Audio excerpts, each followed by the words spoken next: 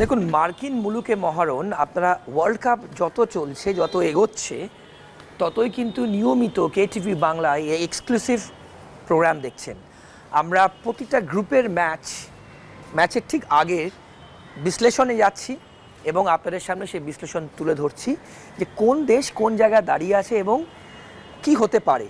লক্ষ্য করে দেখবেন আমাদের এই এপিসোডে আর আগের এপিসোডগুলোতে আমরা যা যা প্রেডিক্ট করছি মোটামুটি, কিন্তু যদিও football is a game of uncertainty, তাও কাছাকাছি মেলাবার চেষ্টা করছি উইথ এক্সপিরিয়েন্স আমাদের যারা সহকর্মীরা থাকছেন বিশ্লেষণ করতে, আপনাদের সামনে তুলে ধরতে।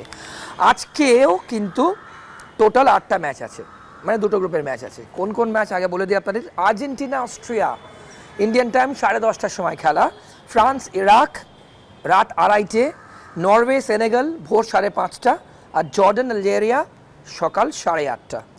কিন্তু যদি আপনারা একটু মন দিয়ে শোনেন এবং মনে থাকে আপনাদের, আর্জেন্টিনা কিন্তু লাস্ট ম্যাচেই লিওনেল মেসি সেই বাঁ পায়ের জাদু, সেই বাঁ পায়ের স্কিল, যে বাঁ পা তার কথা বলে সবাই আমরা জানি, 3-0 হ্যাট্রিক করেছিল আলজেরিয়ার এগেনস্টে। অস্ট্রিয়া 3-1 জিতেছিল জর্ডানের এগেনস্টে। পাশাপাশি ফ্রান্স 3-1 জিতেছিল সেনেগালের এগেনস্টে, যেখানে কিলিয়ান এমবাপে 2টো গোল করেছিল। আর নরওয়ে ইরাককে হারিয়েছিল 4-1 গোলে, আর্লিং হাল্যান্ড 2টো গোল করেছিল। তাহলে আজকে আর্জেন্টিনা অস্ট্রিয়া দুটো ম্যাচে কিন্তু প্রথম ম্যাচে জিতেছে তারা, এই দুটো দেশ। কি হতে পারে?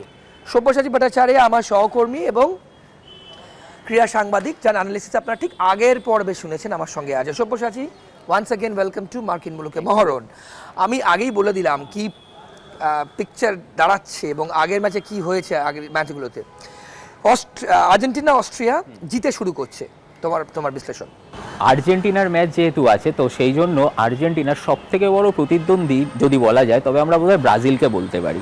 তো একটা ছোট্ট ব্রাজিলের সমর্থকদের জন্য মানে একটা সুখবর দিয়ে শুরু করি যে ব্রাজিল কোচ কিন্তু জানিয়েছে যে নেইমার এই মুহূর্তে যথেষ্ট ফিট এবং হয়তো স্কটল্যান্ডের বিরুদ্ধে ম্যাচ টাইম পেতে পারে।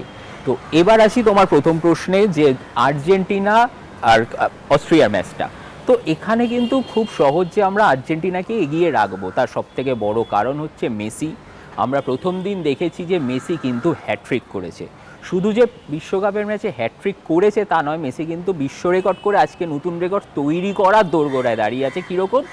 এখন মেসি বিশ্বকাপে যুগ্মভাবে 16টা গোল করেছে এবং একই যুগ্মভাবে রয়েছে মেসি আর ক্লোজে। তো আজকে যদি একটা গোল করে মেসি কিন্তু রেকর্ড ভেঙে দেয়, মানে বিশ্বকাপে মেসির বিশ্ব রেকর্ড।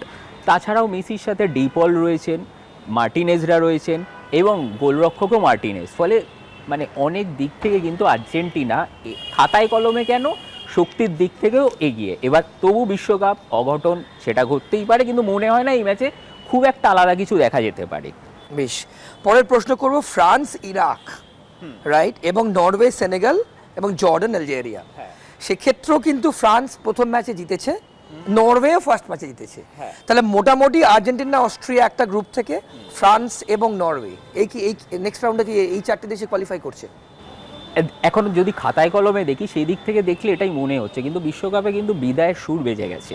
তুরস্ক যেমন বেরিয়ে গেছে, ওইদিকে আমরা জানি যে আস্তে আস্তে এবার আমরা যত নকআউটের দিকে যাব একটা দল উঠবে একটা দল বেরোবে। এবার ফ্রান্সের কি, ফ্রান্সে একদিকে যেমন রয়েছেন এমবাপে, তেমন রয়েছেন হচ্ছে সালিবা, বা তারপরে রয়েছে বারকোলা, যিনি আগের দিন কিন্তু নেমেই গোলটা করেছিল ফ্রান্সের হয়ে, এদেরকে ভুললেও চলবে না, এবং হার্নান্ডেজ। মানে ফ্রান্সের কিন্তু মাঝমাঠ বলি, আক্রমণ বলি, এটা কিন্তু যথেষ্ট শক্তিশালী। এবং ফ্রান্স যদি আগের দিন দেখি, ফ্রান্স খেলেইছে যে ফরমেশনে, সেটা হচ্ছে 4-2-3-1। 4-2-3-1 যদি আমি কম্বিনেশনটার কথা বলি, সেটা একদিকে যেমন আক্রমণাত্মক, আবার তেমন কিন্তু শক্ত ডিফেন্স। সুতরাং এমবাপে বা এই যে আক্রমণের বিরুদ্ধে রুখে দাঁড়ানো, সেটাও যেমন এক প্রকার কঠিন, আবার তেমন ফ্রান্সের কিন্তু রক্ষণ ভেঙে তার মানে তাকে গোল খাওয়ানো, সেটাও কিন্তু যথেষ্ট কষ্টকর। সেক্ষেত্রে এবার আমাদের মানে যে তারকার দিকে নজর রয়েছে, তার মধ্যে কিন্তু এমবাপেকে একদম প্রথম 3 থেকে 4-এর মধ্যে রাখলেই মানে রাখা যেতে পারে, এটা নিয়ে কোনো দ্বিমত নেই। তো সেক্ষেত্রে এই ম্যাচটা টান হতে পারে, কিন্তু তবু সেক্ষেত্রে ফ্রান্স থাকবে এগিয়েই। মানে এটা আমার মনে হয় না খুব আলাদা কিছু ঘটবে। বেশ, জানেন তো আপনাদের জানিয়ে রাখি যে আমি যতগুলো প্রশ্ন করি আমার যারা সহকর্মী আছেন ম্যাচ অ্যানালিসিসের সময়, আমার দুটো প্রশ্ন কিন্তু মনে খুব জাগে এবং আপনাদের তোমাকেও জিজ্ঞেস করি, এমন একটা দিন কবে আসবে যখন বলবো ইন্ডিয়া কোন গ্রুপে আছে? আইএসএল নিয়ে কি উন্মাদনা বলুন তো, আইএসএল নিয়ে, ইন্ডিয়ান সুপার লিগ নিয়ে এখন থেকেই দলবদলের কিন্তু ইন্ডিয়ান ফুটবলে কে কোথায় যাবে। মিউগলকে ইস্টবেঙ্গল হারিয়ে ফেলেছে বলে ইস্টবেঙ্গল সাপোর্টাররা হাওতোষ করছে, কিন্তু আলটিমেটলি কবে আমি প্রশ্ন করতে পারবো ইন্ডিয়া কোন গ্রুপে আছে, ইন্ডিয়ার খেলার কি হবে, এই একটা প্রথম। এবং যেখানে এআইএফএফ এর নামকরণ প্রস্তাব এসছে নাম চেঞ্জ করার। দ্বিতীয় প্রশ্ন, Spain white wash Saudi Arabia last night. আমরা কিন্তু বলেছিলাম ক্যাপে বটে কিন্তু খুব ইন্টারেস্টিংলি আবারও ড্র, তাদের কিন্তু যদি কোয়ালিফাই করে কোনোভাবে লাস্ট ম্যাচটায় এখনো কিন্তু সুযোগ আছে, একদম একদম। আমি ঠিক এখানটাই তোমাকে জিজ্ঞেস করতাম, তুমি ঠিক এই অ্যানালিসিসটা কিন্তু আগের ম্যাচে করেছিলে, কিন্তু হোয়াট অ্যাবাউট ইন্ডিয়া? দেখো, যদি বলি যে ক্যাবো ভার্দে 5 লাখের জনসংখ্যার দেশ, সেখানে আমাদের জনসংখ্যার হাফেরও হাফ নয় ক্যাবো ভার্দে, মানে হয়তো একটা স্টেটেরও এর থেকে জনসংখ্যা বেশি। সেক্ষেত্রে ভারত কবে বিশ্বকাপ যাবে হয়তো আমরা সবাই দেখতে চাই, কারণ আজকে আর্জেন্টিনা, ব্রাজিল, ফ্রান্স যার হয়ে গলা ফাটাই না কেন, নিজের দেশের হয়ে গলা ফাটানোটা সবার বোধহয় একটা স্বপ্ন থেকে যায়। একদম। আমাদের কিন্তু ফুটবলার বা এই যে নেই এই বিষয়টা নয়, কিন্তু সেক্ষেত্রে আমার মনে হয় গ্রাসরুট লেভেল থেকে আরও বেশি করে কাজ করতে হবে এবং মানে ফুটবলার তুলে এনে তাদেরকে অন্তত 5 থেকে 10 বছরের দায়িত্ব নিয়ে তৈরি যদি করা যেতে পারে, তবে আশা করছি আমরাও যাব নাই বা কেন, আমরা মানে কোনো অংশে তো পিছিয়ে নেই। সেক্ষেত্রে আমরা একটু চেষ্টা করলেই পারবো।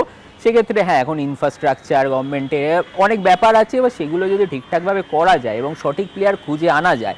আরেকটা বড় কথা হচ্ছে তাদেরকে দায়িত্ব নিয়ে কিন্তু একটা সেশনে রাখতে হবে, তাদেরকে কিন্তু সেই পুরো ইনফ্রাস্ট্রাকচার দিয়ে অন্তত 10 বছরের জন্য ছেড়ে দিতে হবে কোনো বিশ্বমানের কোচের কাছে, যেখানে তারা সবটা পাবে, আর্থিক সমর্থন থেকে শুরু করে ট্রেনিং, পড়াশোনা, জিম সব, এবং তাদের সেখানে মানসিকতা তৈরি হবে। এই যে তুমি বললে যে স্পেনের খেলাটা, স্পেনকে আমরা দেখেছি যে ইমাল যে সে কিন্তু প্রথম মানে স্পেনের এই বিশ্বকাপের গোলের খাতা খুলেছে, হ্যাঁ একদম, তো খাতা খুলেছে। আবার ইরানকে দেখছি লড়াই করতে, ইরানও কিন্তু আগের দিন হাল ছেড়ে দেয়নি।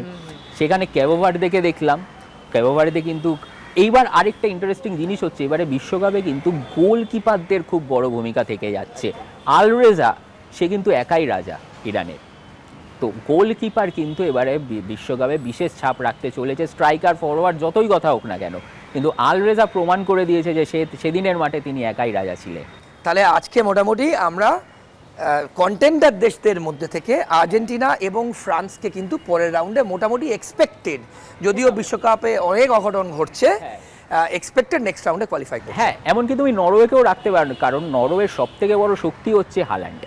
আর্লিং হাল্যান্ড যে মানে প্রস্তুতি ম্যাচে 8 ম্যাচে বোধহয় 14 থেকে 16টা গোল করেছে, সে কিন্তু প্রথম ম্যাচে, হ্যাঁ, এবং তাকে গোল মেশিন বললেও ভুল হবে না, এবং সে কিন্তু প্রথম বিশ্বকাপের অভিষেক ম্যাচেই কিন্তু সে 2টো গোল করে দিয়েছে। সুতরাং এই গোল মেশিনের বিরুদ্ধে যে কোনো দলের কিন্তু দাঁড়ানো কঠিন, ফলে নরওয়েকেও আমরা এগিয়ে রাখবই।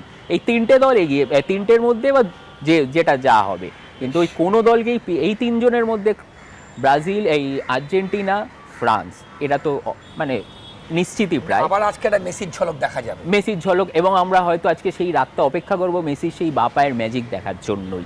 তবে ম্যাজিক কিন্তু এমবাপেও দেখাতে পারে, আবার ম্যাজিক কিন্তু হাল্যান্ডও দেখাতে পারে। নজর থাকবে। অনেক ধন্যবাদ সব্যসাচী। শুনলেন আমাদের আজকের অ্যানালিসিস, এবং আমরা এক্সপেক্ট করছি যে আর্জেন্টিনা এবং ফ্রান্স কোয়ালিফাই করবে পরের রাউন্ডের জন্য। আবারও আজকে না রাত জাগতে হবে না, কারণ 10:30টায় খেলা আর্জেন্টিনার। মেসির স্কিল, মেসির স্পিড, মেসির টেকনিক, মেসির থ্রু এবং মেসির শুটিং চান্স কিন্তু আপনারা পাবেন। আমাদের মার্কিন মুলুকে মহরণ চলতে থাকবে, আর অন্যান্য সব খবরের জন্য আপনাদের নজর থাকুক KTV বাংলার পর্দায়।